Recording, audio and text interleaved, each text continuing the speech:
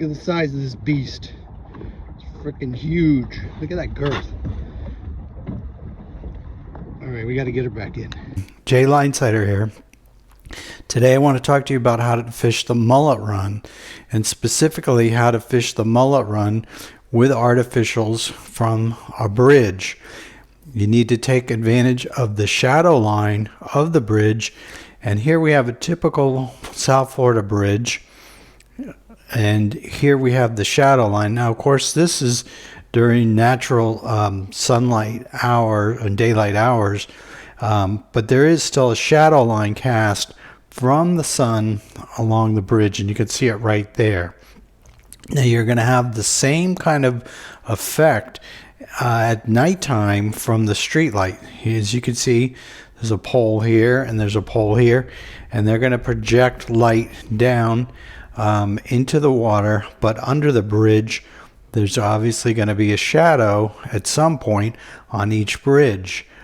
And what happens is the snook and tarpon will stack up along the shadow line as the mullet come through, and they'll often sit on the dark side of the shadow line, and then when the mullet come through they'll bust them as they come into the darkness.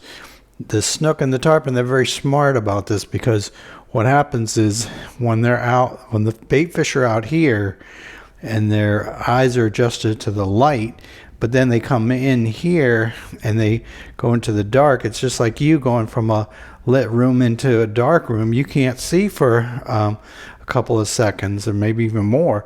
And that's the same thing that happens with the bait fish when they come from the light side of the bridge to the shadow line. They can't see, and that slight advantage that the snook have at that point when the bait hit the shadow line gives them the advantage that they need to kill them and pop them on the top.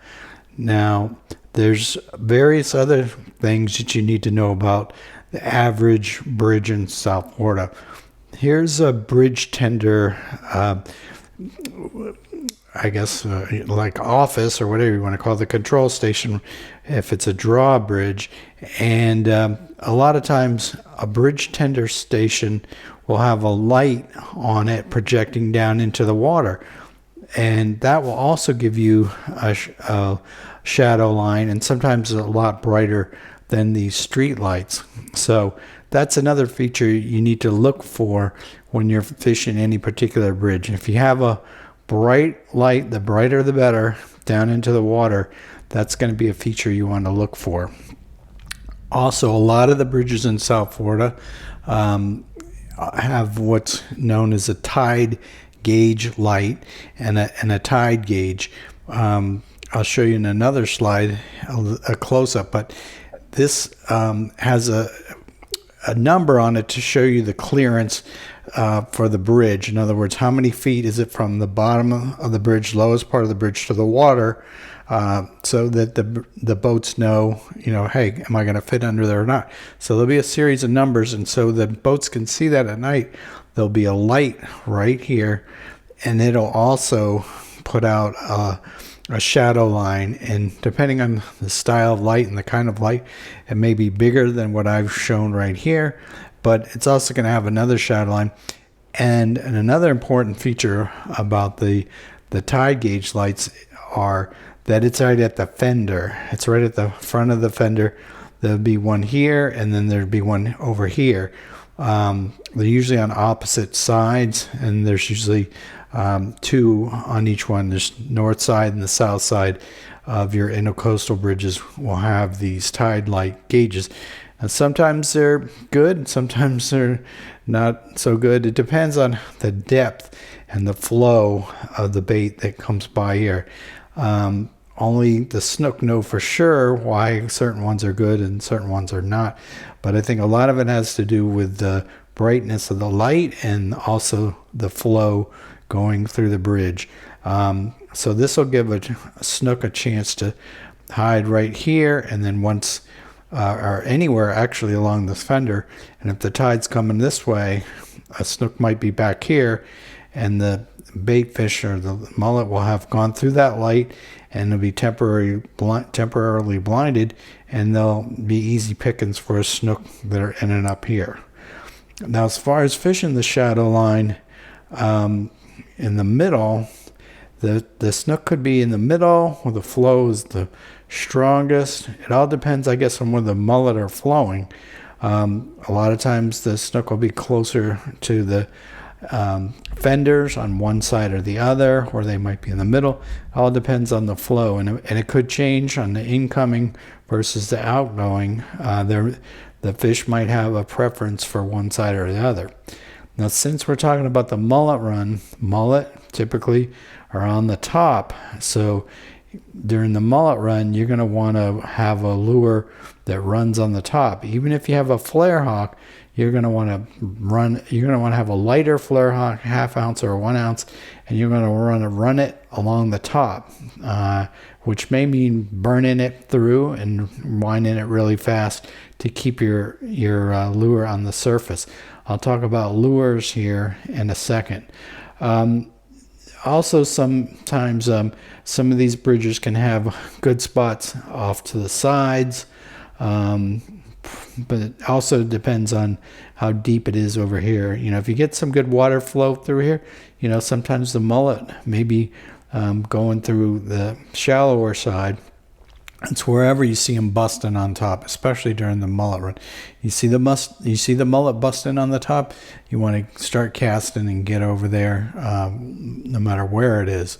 But yeah, this time of the year, particularly, you want to be casting more on the top. I'm not saying don't, run your lure low and slow on the bottom, but I'm just saying, if you see in a light a snook up top, that means it's waiting for a mullet. Or if you see them up in this shadow line and going in and out of this shadow line up on the top, or you see them busting on the top, you definitely want to be fishing the top more than you would, let's say, in the summertime, when there's no mullet running through and the baits may be down deeper, maybe on the bottom, maybe in the middle of the water column. But definitely pay way more attention to running your lures on the top this time of year. And the same with live bait. If you're using live bait, you may want to have a free line bait to where you see them busting. And if that doesn't work, you may want to injure your bait, hook it through the tail, weigh it down, slow it down a little bit. Mullet run is a frustrating time because there's literally thousands and thousands of baits that the snook have to pick from, and you want them to pick your bait, so you got to kind of differentiate it. Maybe you don't want to throw it right in the middle of where the light is. You might want to keep it off to the side. You just want to have something a little different to make the snook want to pick your particular bait or lure or whatever you happen to be using. All right, now this is your typical tide gauge. Here's the 23, that's the clearance in the center of the bridge, and then it's 25 when the tide's there. You can't really read this one, but it doesn't really matter. You don't care. All you really care about is here's the light. I know it's a little bit hard to see, not the red light on top. That's just a warning that there's a fender there, but this is a light that illuminates this sign at night, and this is what I was talking about. There's going to be glow around this, and that's going to be another opportunity for you and the snook to wait for the mullet to come through this way. So the light is not going to be that big. Most of them, will only project out about 10 or 15 feet in either direction, but you may want to go up current, or down current I should say, from that tide gauge light, and that might be the most productive spot on the whole bridge. It's all trial and error, but once you find a sweet spot and you keep getting bites there, that's going to be a good spot until they change the light or they change the bridge, or somehow the flow of the bridge changes. But yeah, you want to mark that down and say, hey, I got all the bites right here on an incoming tide. And then it might be the opposite. You might get all the bites over here out of the frame there on a tide that's going this way. So, those are things you need to keep in mind. And these lights will often allow you to see snook down here in between the pilings or up on top, especially during the mullet run. The fish are going to be up closer to the top if mullet are pouring through, and you'll actually be able to see them. Most of the times bridge fishing you really can't see the snook, but on the mullet run you can get a lot better visual opportunities to see them, and that's when you want to burn your lure right through these areas. Some bridges, some spots I'll put the boat over this way, and I'll get more of my bites over there. It all kind of depends. Actually, what I would do is I would fish this side and then fish that side, and then see where they're stacked up. A lot of times the smaller fish will be right in the light, and the bigger fish will be over here where it's darker, and there's not as much competition. The bigger snook aren't as fast, and they're kind of like more strategic. They don't need that light as much as the smaller snook, so they might not be right in the light. They may be over 10, 15 feet behind the light. So that's something to keep in mind. All right, here's another South Florida intercoastal bridge. And as you can see, there's street lights up here and up here. Those again will project into the water at night. And here's the bridge tender's tower right now. You can see it doesn't look like this particular bridge has a light shining down into the water. So this one would only have the street lights and would have the tide gauge lights. But that's a typical bridge, and there's all different kinds of street lights. That's pretty much why I picked this picture. Some of them are good, some of them are not so good for snook. So, there's not only the flow, but there's what kind of lights. And I generally prefer the white lights over the orange lights, but you never know. You gotta try before you say, oh, this bridge is no good. Give it a chance, and maybe it'll be better than you thought on a certain tide, certain time of year. There's going to be snook at almost every bridge on the intercoastal when the mullet run is occurring. You just got to figure out where they're ambushing, and a lot of times, like I said, they'll reveal themselves because they'll be popping, they'll be splashing, and they'll be terrorizing the bait. All right, in this next slide, I just wanted to give you like an overhead view of the typical intercoastal bridge in South Florida and Central Florida. You're going to have your fenders here, and this is again in the daytime, but you could see there is a shadow cast from the bridge from the sun. So the lights at night probably won't be as definitive and as clear cut, because there's going to be a street light here and a street light here, and it's going to be brighter over here and brighter over here and maybe darker in the middle. You'll have to just see when you get there at night. It probably won't be a distinct line like you see with this sunlight situation, but that's the idea. It's darker here, and that's where the snook will be, and then when the tide's moving in this way, that's the bait are going to be coming this way, and the snook are going to be sitting here. Then on the opposite tide, there could be a shadow line over here too. If this is a typical bridge, you got street lights on both sides, and you're gonna have shadow lines on both sides. So you just got to figure out which side to work on, and it may change during the tide change. This side might be better during one tide, and this side might be better. Just try both sides till you get figured out. Even if this side's the good side, if you're not getting a bite over here, go over here. You got to experiment.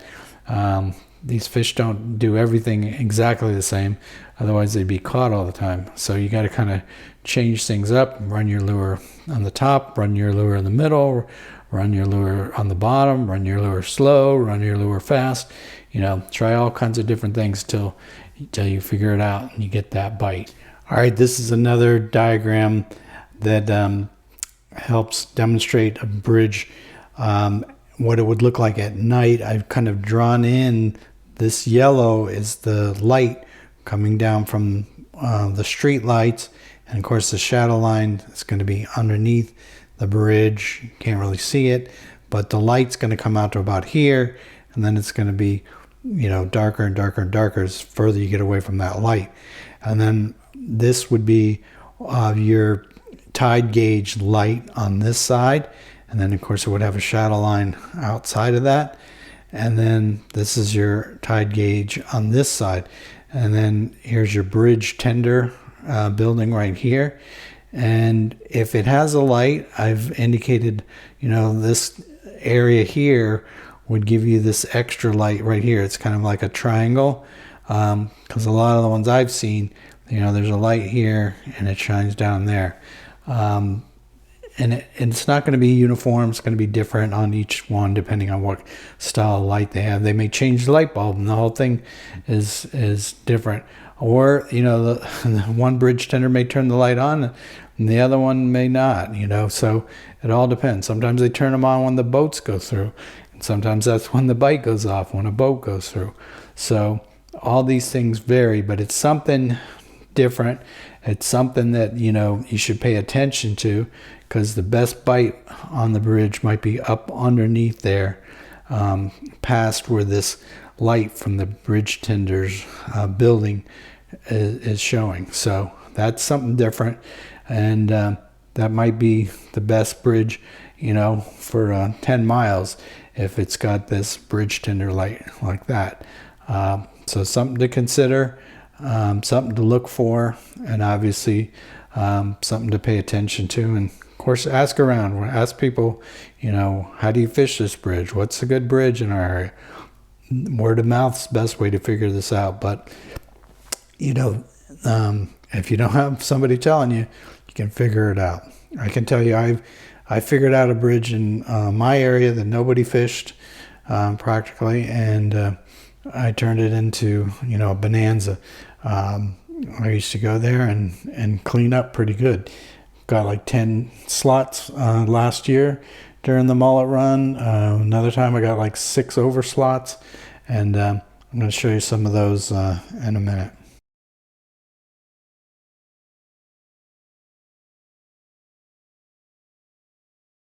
Now I showed you where to fish. Now I'm going to show you what to fish. The past few years, my number one lure to fish during the Mullet Run has been this one right here. It's a 1.5 ounce hooked on jigs flare hawk, as I call it, with a blue tail. When I asked these to get made, I custom ordered them. Got an 8.0 hook. You can see that's a pretty beefy hook. This hook will not bend.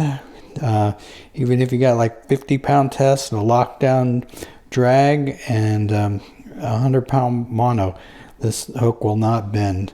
And that's what you want. You want something that won't bend, and you want something that's sharp. So obviously make sure the hook is sharp, especially if you hit something with it, you get it stuck on the bottom. Make sure that, you know, the hook's sharp. Now, as far as how to fish it, I just throw it out and I reel it in at a certain cadence, and I'll vary my cadence, but I have a certain cadence that I like. I like to bring it along a little faster than the water is moving.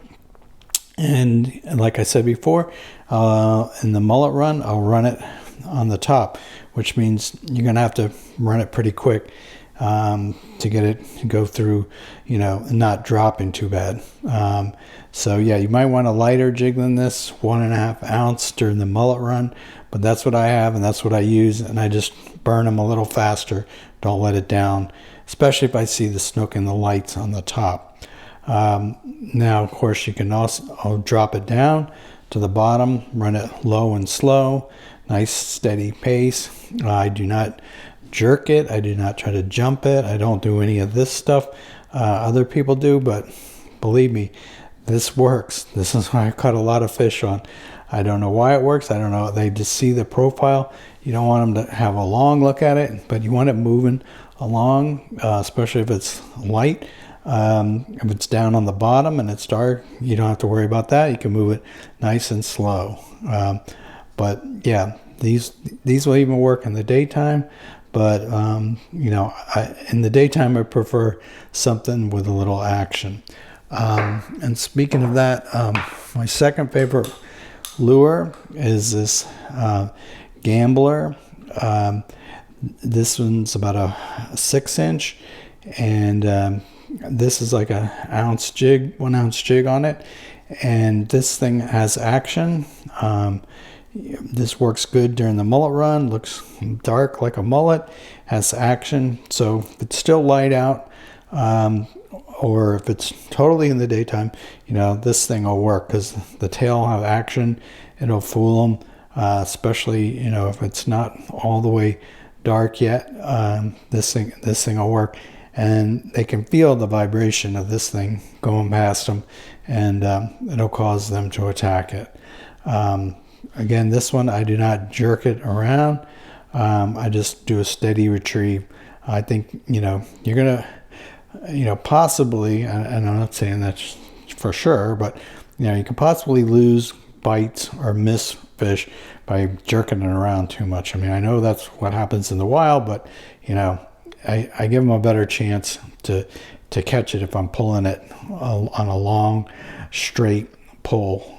They'll track it sometimes for a while, then they'll nail it, you know, after, you know, 5, 10, 15 feet after they've been tracking it. So that's another good lure. Also very popular.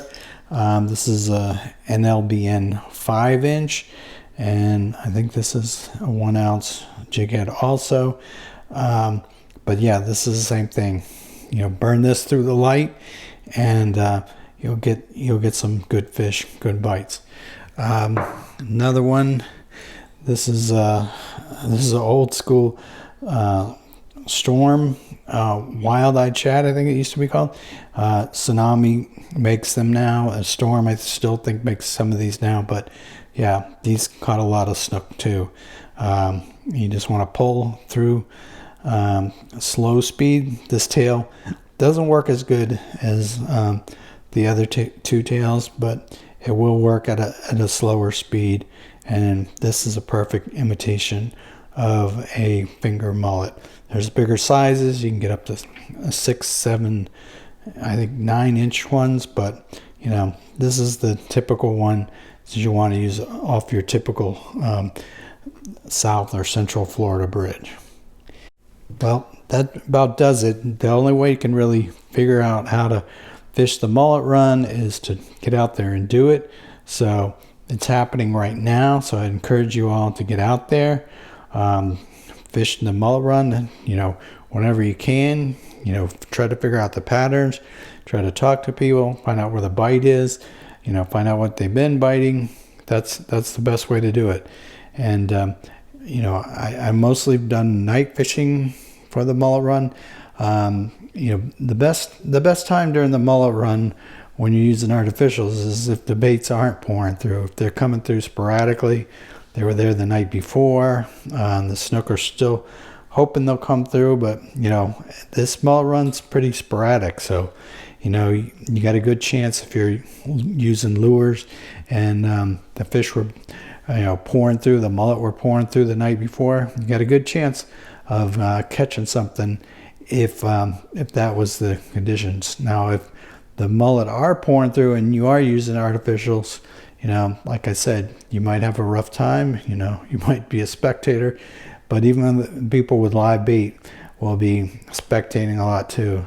And if you are using live bait, you know, I'd suggest you kind of pin the bait to the bottom, maybe get some of those bigger fish that aren't going to be, you know, chasing them around at the top a lot. So that's my suggestion. So tight lines, I hope you guys catch them up, and let me know in the comments what you think, what your success has been, because you know, your bridges could be different, your methods could be different, and that's the great thing about snook. Everybody does it differently, and some succeed, some don't. Some nights you succeed, some nights you don't. But it's always a big experiment to see what's going to work on what particular night, what spot's going to work. And that's what makes it fishing. That's what makes it exciting. All right, tight lines, Jay.